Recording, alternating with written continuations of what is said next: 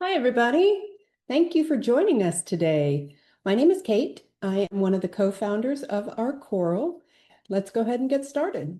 So today's topic is indexing with intention, how Archoral keeps your archive searchable for generations. This is what our agenda is today. We are going to talk just very briefly about the difference between tagging and indexing, and it will help you understand a little bit more about why we chose to be an indexing application. We're going to spend the majority of our time over in the live app, and we're going to go through some things, and I'm going to show you how it works. We're going to learn about indexing through profiles. We're going to start without media because you don't need media to start recording your history or your own personal story. We're going to show you how to do that. And then we're going to look at bulk indexing media through those timeline entries or those entries that we created via text only. Then we're going to look at how location and people create cyclical indexing. That's going to keep your system really, really streamlined. Then we're going to take a look at our media indexer, and we're going to start looking at how you can add some more depth to your indexing. We are very proud of the fact that we think that people are a whole lot more than birth, marriage, children, and death. Our system allows you to archive and capture so many moments in someone's life that tells their story. So we're going to explore all of the drop downs. The drop downs are the key to indexing quickly within Archoral and keeping your archive nice and neat and clean. Then, if we have a little bit of time, we're going to do bulk indexing through the media tab. And this is going to show you how you don't have to do things one at a time. We're going to give you multiple ways to do bulk indexing. Okay, so what is tagging? Tags are free-form keywords that you attach to media. They work as shortcuts for searching and grouping your media. They're flexible, so you can create any word or phrase that you want. Use any kind of shorthand that makes you happy. But they're independent to the user. They are made by you, and a lot of times you have to keep your own lists of what your tags are because they must be entered the same way to work every time. So here's my little example for you. Tagging structures can vary. Remember, they're independent by the person. You create them. So if you have this photo, you're scanning and you're uploading all of your photos from your family. So you found this one in your collection. You scanned it, you uploaded it, and you gave it tags. Now, this is your Grandpa Harry. This is Christmas time. It's 1983. You're at Laura's house, and he fell asleep telling you World War II stories. That's pretty beautiful, right? And you've entered some tags that really have to do with that piece of media. But now you've done all that work and you gift your archive to your daughter because she's going to take over from here on out. She's going to start adding her family to it and keeping your legacy going. So she found this photo in another relative's collection. She uploaded and tagged it. But with her, that's not Grandpa Harry. That's Harry Johnson. It is Christmas time, but she put the full date of December 25th, 1983. And it's at Aunt Laura's home, and it's Christmas dinner. So Christmas is the only tag that's going to share in the searchability. You're not going to be able to pull up both images or both sets of images using any of the other tags because they're not identical. So how is indexing different? Let's start with the definition first. Always the fun stuff. Indexing means placing media into structured categories. It's people, events, dates, and places. Those are your standard indexing categories, but we're going to show you how we go way beyond that. Instead of loose words, you're anchoring each item to specific terms. So why is it better? It's consistent. Everybody uses the same categories, not personal structures. It's searchable. You can reliably find connected media even decades later, because it's all consistent. It's sustainable. It's built to be passed on as a legacy archive. Legacy, that's the key word here, being able to be used by future generations and all of your work to be enjoyed. So how does Archoral help with that? We provide the structure. You do not have to invent your own system. Our internal lists are all pre-populated. We're going to show you how you can add new ones if we happen to miss something, but we love for you to suggest to us. We tried to get as global and inclusive as possible, but everybody leads different lives. That's the whole fun part of archiving.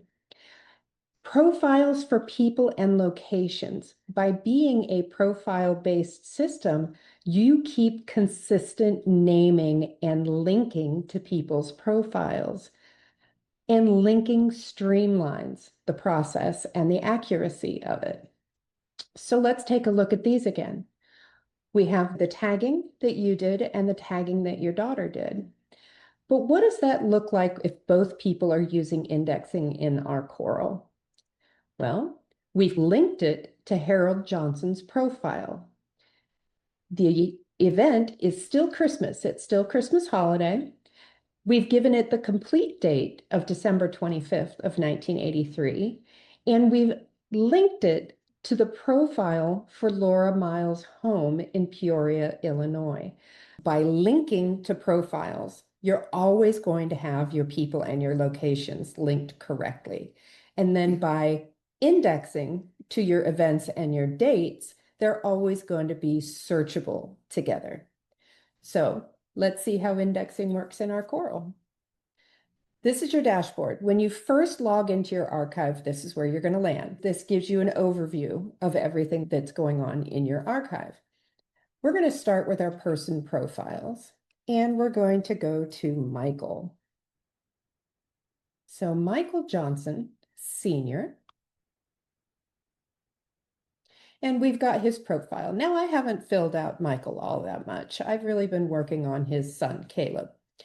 So this is where I get to throw in my public service announcement of we have created an AI family for me to take on journeys. It keeps my family private and secure, and it allows me to take this family on any journey that we need to show you how the application functions.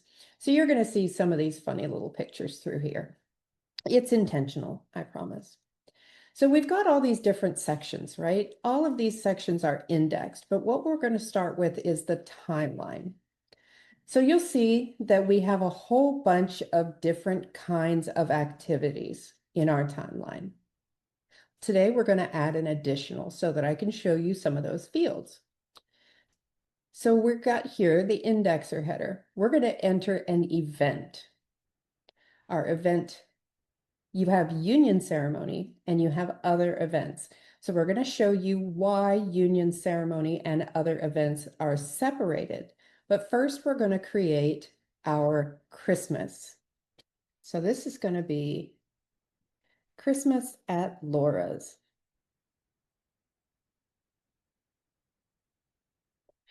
And our event type.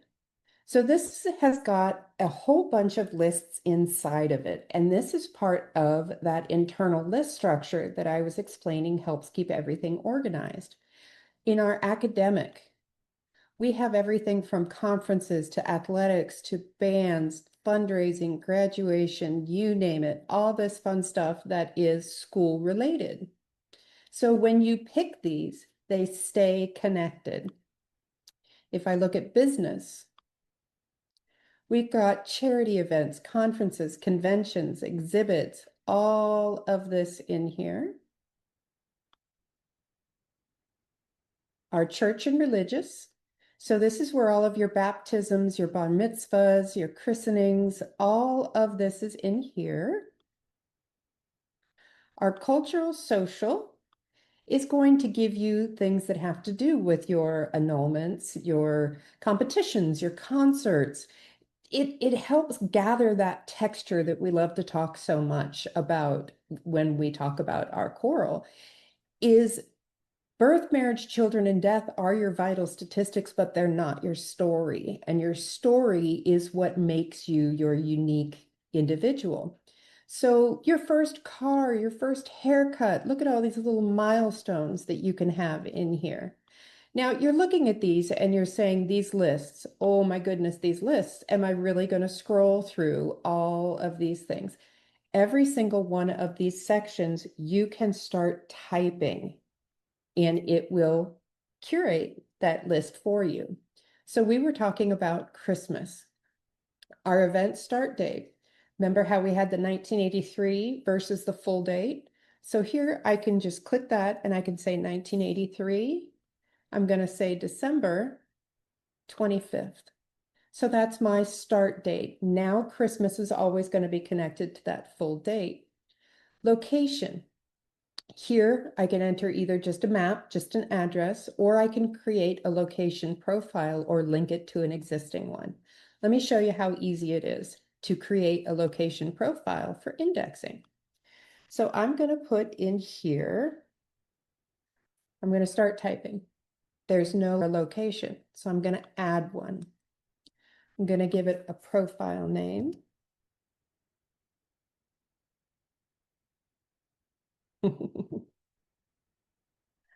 Location type. So this also gives you a little bit more of an idea of what type of location that was.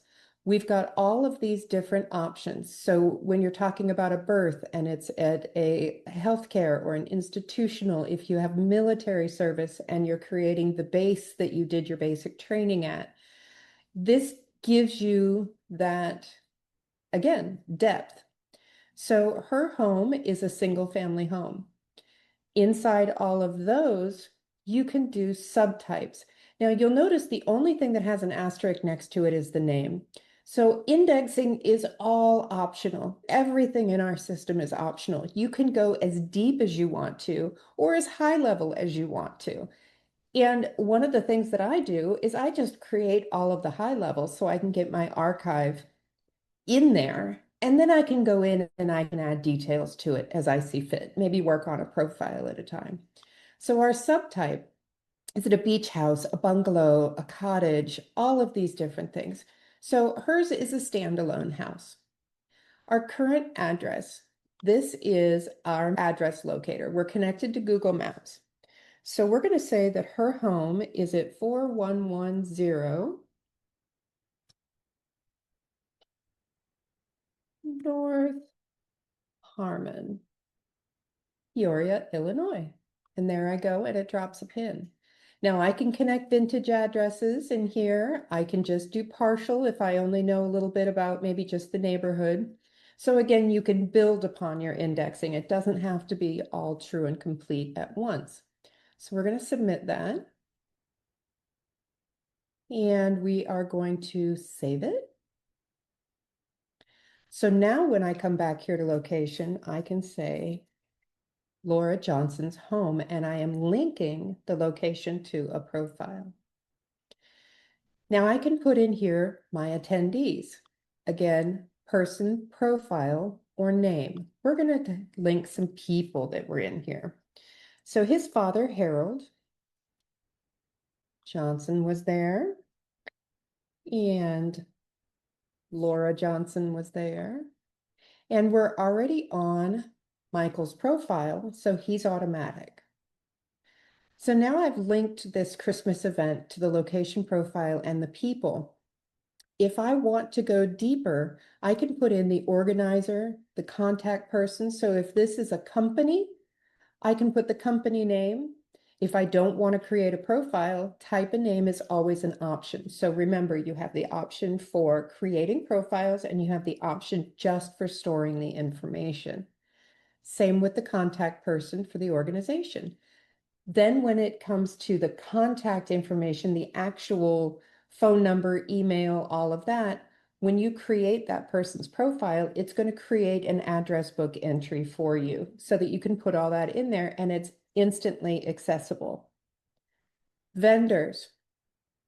it's Christmas time at your home, so you're not going to have a lot of this. But what if it's your child's birthday party and you have the company that did the bouncy house balloons, and a year later your neighbor says, "What was the company that did that bouncy house? They were so great." You know, well, it's right here in my archive. Let me pull it up for you. So same options here. Contact person for the vendor. And then your type of service. This is the bouncy house guy. So there you go. So what we've done is we have created an event in Michael's profile, Christmas at Laura's. We've indexed it to a Christmas holiday.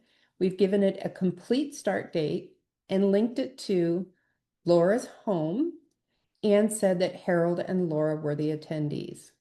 So I'm going to go ahead and save this. And look, right there, holiday, Christmas at Laura's, Laura Johnson's home. So what I did by linking all of those other profiles is we're going to go on over here and we're going to go to Harold. So here's Harold's profile, and look, Christmas at Laura's at the Laura Johnson home. Well, now I find media. Remember all that fun media that we scanned? So I'm going to come in here to the edit, and you can continue to index more. You can continue to add those layers on if you find it. But what I'm going to do is come down here to upload media. So these are the Christmas pictures that you found. Remember that guy? I'm simply going to grab these and I'm going to drag them right over this upload media. It says 5 media selected, so I'm going to save it. We're going to come back to that in a little bit. So now the media icon has turned blue. The indexer icon is blue. When I open it, all of that media is going to be the same, and this is where we bulk index from a person's profile. Here's that event details and the other events, and all of that information is right there. So if I go and I add an organizer or I add a vendor, it's going to reverberate through. So let's see what else we can do with this. Maybe now I want to tag some people. So I'm going to tag some faces. Our little doggo is going to do some work and we're going to find some faces. So this one is Laura. Laura Jane Johnson, she's right there.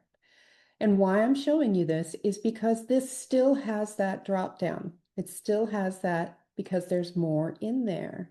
I can open that and it's going to say, this is the information that her profile was made about. But you know what? Laura got married. Johnson was her maiden name. So I'm going to put an additional name in here. I'm going to add one. And she got married somewhere around, she got married after, let's say, after 1976. And she got married in the spring. So see, I don't have to have a complete date to index a date. So I'm going to submit that. Her first name is still Laura. Her middle name is still Jane, but her last name is Miles. And I'm going to say the type of name. Look at this: alternate, double-barreled, family, formal, nicknames, nobilities, stage names, pen names. This is a married name. And I'm going to hit save. So I've now indexed her additional name, and you'll notice there's already Janie in here as a nickname. So it's going to continue to show you all of those additional names as you move through. So we're going to submit that one. So the other one that has a really great little hidden feature in it is our location. So in event details, we already linked to the location of Laura Johnson's home, but I want to add a little bit more depth to it. This is just telling me where this particular event happened. If I want to come up here to the location tab, and I can put in here Laura Johnson's home. Now I've got that drop down again. There's more information in there. So from the media indexer, if I'm looking at vintage letters or I'm looking at documents that have to do with the past, I can put in additional address history just for here. I can change the location type if it went from a single family home to a duplex at a certain point in time, or it got bulldozed and a Starbucks got put up. You're indexing the media that you're looking at. So if you're looking at a land deed, if you're looking at a construction contract, that's when you would use these fields, because then this becomes the source for the information that's curated back to the profile. It becomes your source citation. And what we're doing right here is we're just going to say that our property owner was Laura. So now I've indexed that. The acquisition type was a purchase, and she purchased it in 1982. We're going to say that this was her first Christmas really lived in the house. So this is not a reference to the legal document that gave her the home, but maybe this is the only thing that I have, and I want to make that statement that she owns this home. So I'm going to hit submit. And what that's done for me is I'm going to come, oh, look, Laura's right there. Is there's the married name that we gave. There's the nickname that we saw. In the timeline, we have the purchase of Laura's home, as well as the Christmas that we created in Michael's, but added media in Harold's. And the purchase, this is what I mean by it becomes the source for it. So if I want to just keep going, let's say you have a census and there's multiple people in here, I can add multiple people to it. The other interesting thing about location is we all love our census documents, right? So this link to profile, I'm talking about a location, I'm talking about a physical spot, and I want to link to profile. And I can say the person, and let's say that her brother Michael, Sr., relationship to the location. This is where that census comes in, or just some of the other information. If you're looking at a church and you've got a congregate, a customer, an employee, it's your relationship to that location. So in a census, your occupant would be there. And then you can do your census date and start looking at that timeline and enter each one of those censuses, and you'll be able to see when they change. Property owner was Laura. Occupant was Michael. We're going to save that. Okay, so we've created an event in a profile by text only. We've linked it to a couple of other ones. So we've gone to one of those and we've added some media, and that indexing automatically curates to that media. Then we've added a little bit more information from that standpoint. We've given some additional names, some property information, some things like that. We've extracted more. And since we indexed it, it's all entered the same and moved over to each of the connecting profiles. So the next thing that we're going to do is we're going to say, okay, I have all of that, but now here's your daughter. And she has that new set of media, right? She inherited your archive and now she found that second set of images. So when we're at Christmas at Laura's, all this information is the same, right? It's the same event that she found photos for. So when we go to edit, it's right here, all of that same information. And we're going to come over here to your daughter's upload, to Laura's upload. I'm going to select that media that she found, and I'm going to drag it right on in over the same field, upload media, 9 media selected, and we're going to save it. Now keep in mind, you can drag in photos, document, audio, and video. We take all of them and a whole bunch of different kinds of file formats. So once you bring in those, we're going to automatically identify by the file extension which one it is, and we're going to put it in its appropriate tab so that you can kind of work correctly in your flow. You're not going to be going down memory lane through photos and stumble across a document. It's all going to stay curated for you. Okay, so now we're done with this guy. Let's see if I can get rid of him. Yeah, okay. So I just entered all this information, Christmas at Laura's, and I dropped it into that same timeline. So instead of her having to create her own tagging structure, like we saw in the tagging explanation, she just drug and dropped it straight into the one that you had already created with all of the same information. And now look, they're all the same. She had the pictures of dinner, you had the pictures of the gift opening. Now they're all together and they're all under the same information. So it will be a legacy archive, all indexed and searchable together correctly. All right. So the next thing we're going to do is we're going to go through and we're going to look at just a little bit more of what's going on in here. Our correspondence. Correspondence gives you a whole bunch of information, not just about residences, but also vacations, travels, migrations, all sorts of information can come out of correspondence.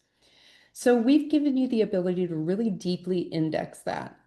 You can do your sender's address, the location. The reason why we did address and location separately is I may have written the letter when I was, before I left basic training, but I didn't mail it to you until I was overseas at my new post. So your return address is going to be your basic training location, but your location that you sent it from, where that little cancellation stamp on the envelope is your location. So you always want to compare your address to the cancellation stamp that's on those things because they give you so much more. Recipient, same sort of situation. Your recipient, your address, and the location. And remember, make a selection always has two options. So you don't have to create profiles for absolutely everything unless you want to create that linked story. Did they reply? Is there another piece of material in your archive for them to connect it to? Timeline, you may have created it, but you postmarked it once you got overseas. How long did it take to deliver it back? Because if it came by carrier pigeon, that's going to be a whole lot slower than if it was FedEx overnighted. Your date acquired, your source, where is it stored? So when you have your correspondence, that beautiful ribbon wrapped bulk of letters, where is it? Is it in grandma's attic, in the red shoebox, in the dark wood trunk? It's just kind of that source citation field for you and the date of when you archived it, when you preserved it. Postage marks and stamps, the series and the value. You never know what's hiding in that archive of yours. It also tells you how many times have you gone to the post office and you say, I'd like a roll of stamps back in the day, and they let you choose between 4 or 5 different designs. That's going to tell you a little bit about the person's personality. Did they choose the birds, the flower, or the flag? All these clues are everywhere, and indexing them allows you to start curating that. Your document information, was it old enough to have a wax seal? The format, electronic, fax machine, printed, typed, handwritten. Who handwrites anymore, right?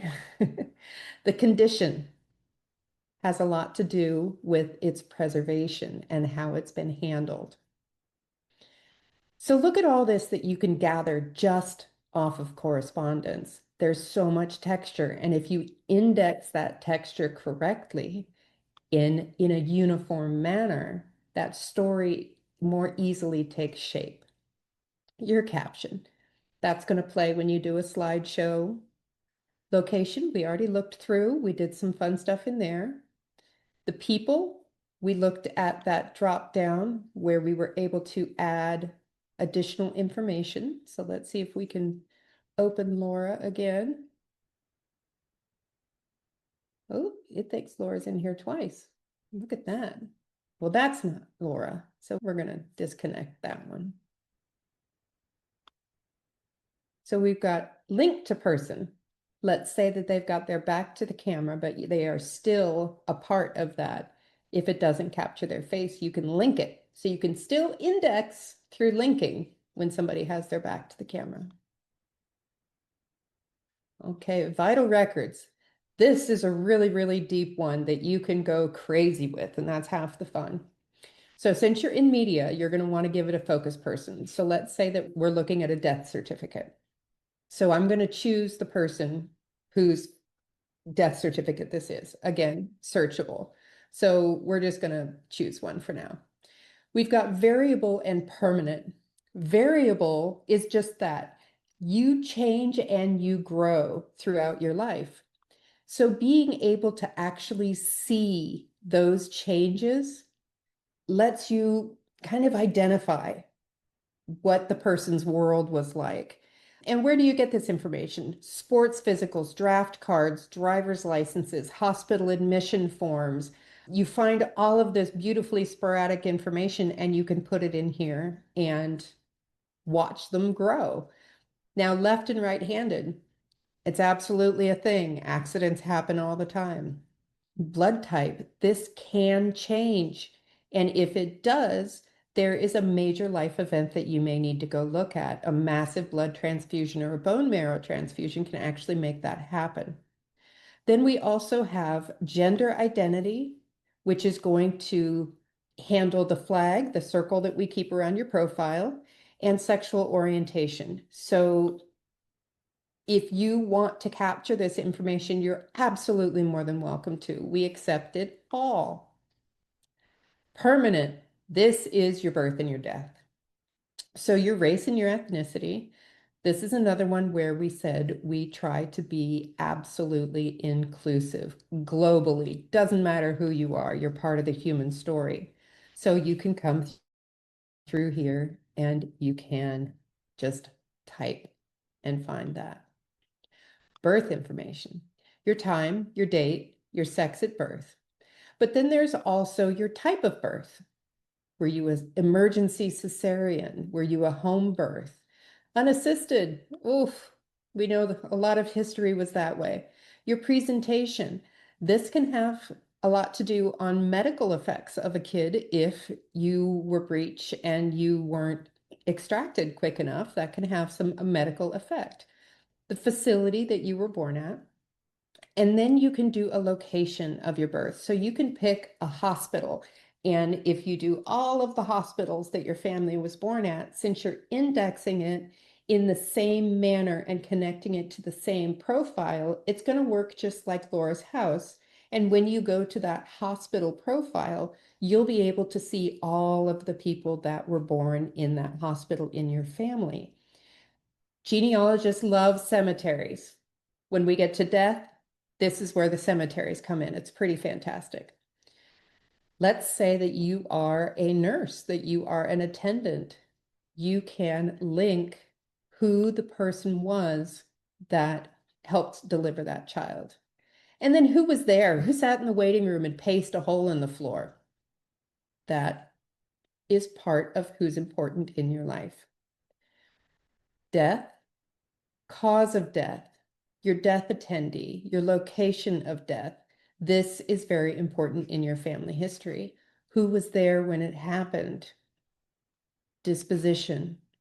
This is all about, were you embalmed? Were you not embalmed? Who did it? What funeral home did it? So this can be from the point of view of indexing the person that passed away or indexing the services that you may have provided as a mortician. So you see, you can take it from two different sides. Disposition method. Look at that, burial at sea.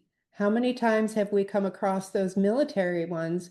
Mass graves, even the bad stuff is part of it. Mummification, Viking funeral, let's get really exciting. So that does that, your resting place. This is where that cemetery information comes in. If you create a location profile for each family cemetery, you can throw them in there, and then you know who all to go visit at what section and what plot when you're in the area.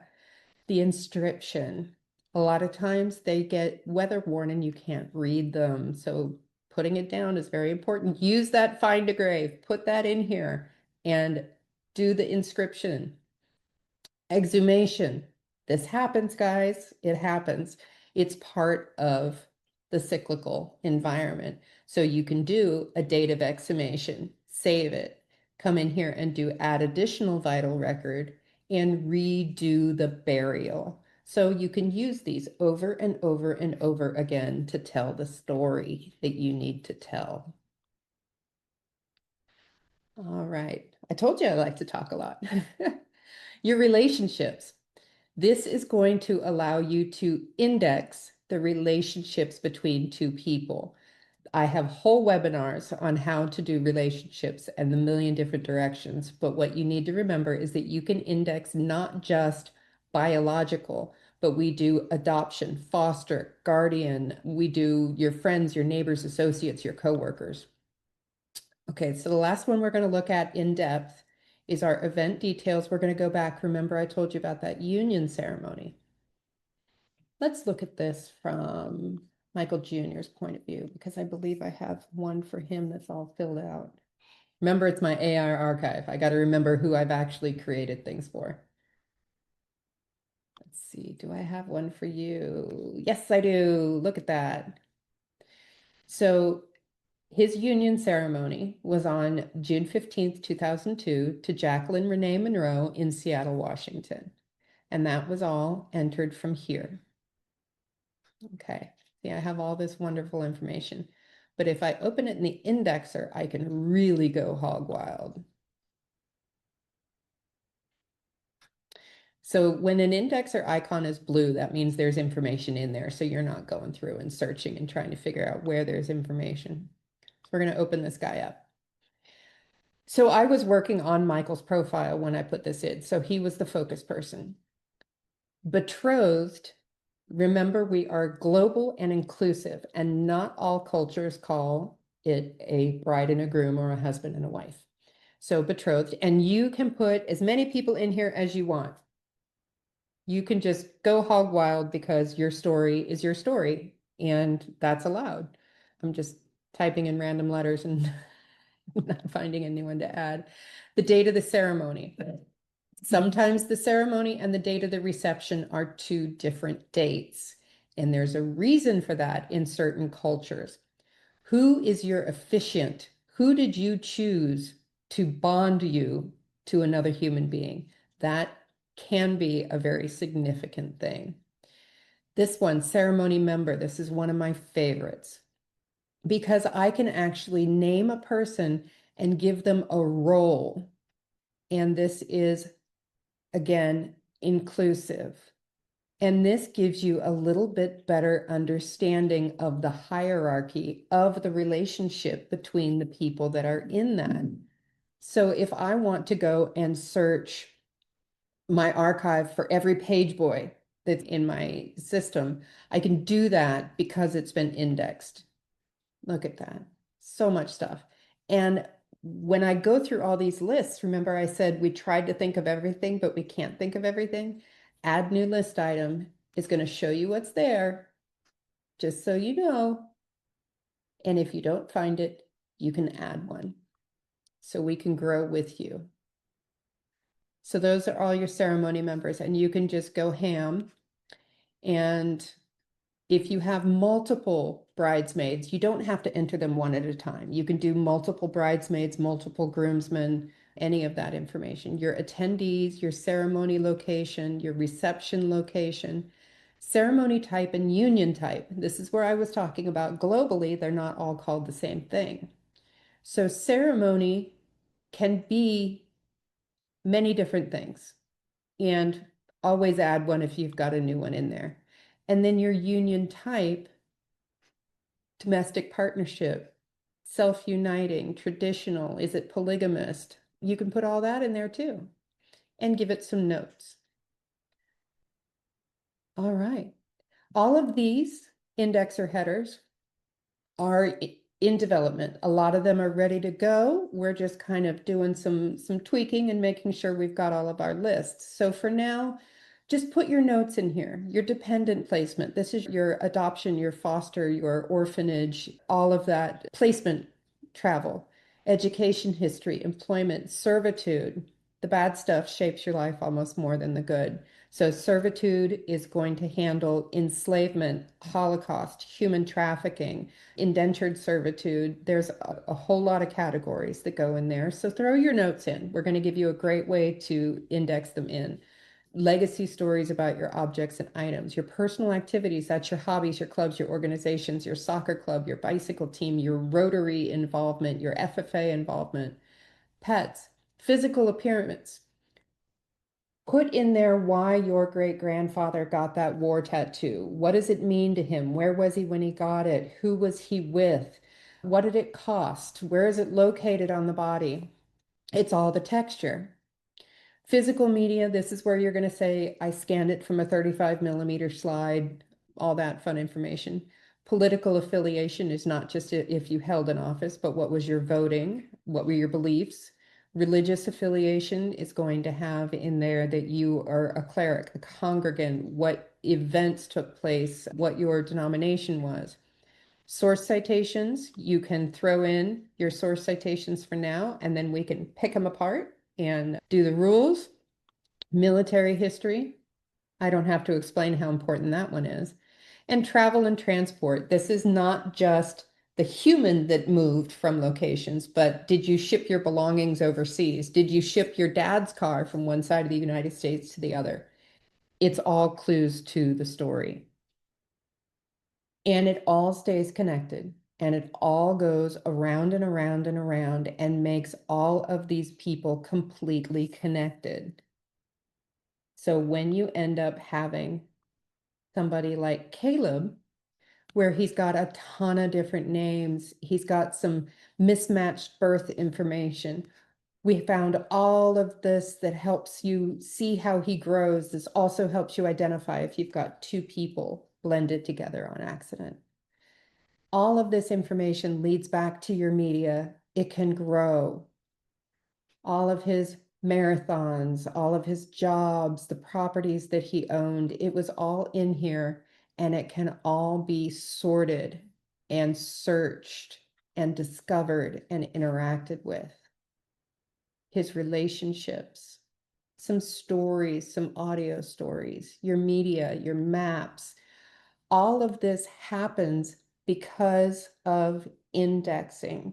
If you tagged Colorado State University versus Colorado State University, Spruce Hall, Fort Collins, Colorado, they have to find each other. So that's what we've done to create ourselves this legacy archive. I promised you I'd show you the one how to do something quickly in this.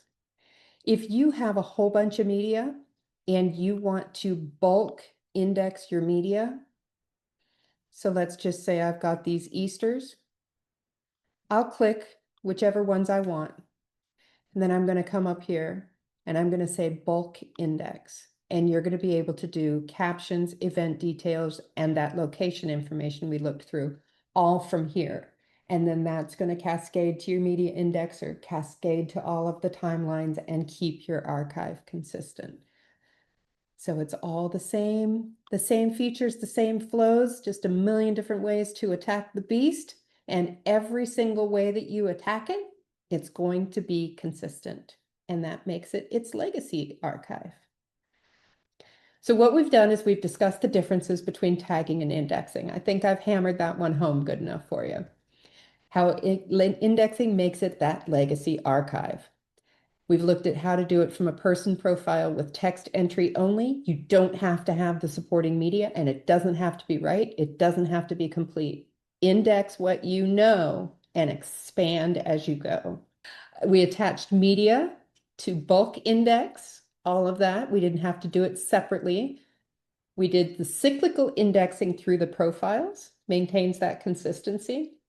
We looked at our media indexer. We explored detailing, Remember all those drop downs inside the drop downs, the lists inside the lists? You can go ad nauseum. And trust me, I do. I love it. I geek out on it.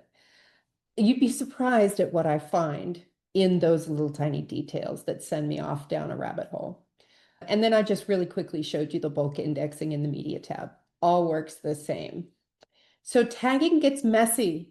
Indexing creates a legacy, and we're all doing this hard work for our future. So let's make it accessible to them. We're here to help you leave that legacy for your future generations so they can enjoy it as much as you did doing all that research and putting it together. Okay, so that's our coral. Well, this is our QR code. If you're not already in the system, I welcome you. Please come on in, come play, come see how really easy this is to just capture entire communities, not just families. We love to build off of what people need. We're here for you. We're driven by you. So our email, wearelistening@archoral.com. Reach out, questions, suggestions. We're happy to help you walk through or start building your archive, or if you just have future suggestions, we love to hear it. So thank you for sticking around. I appreciate you and happy archiving.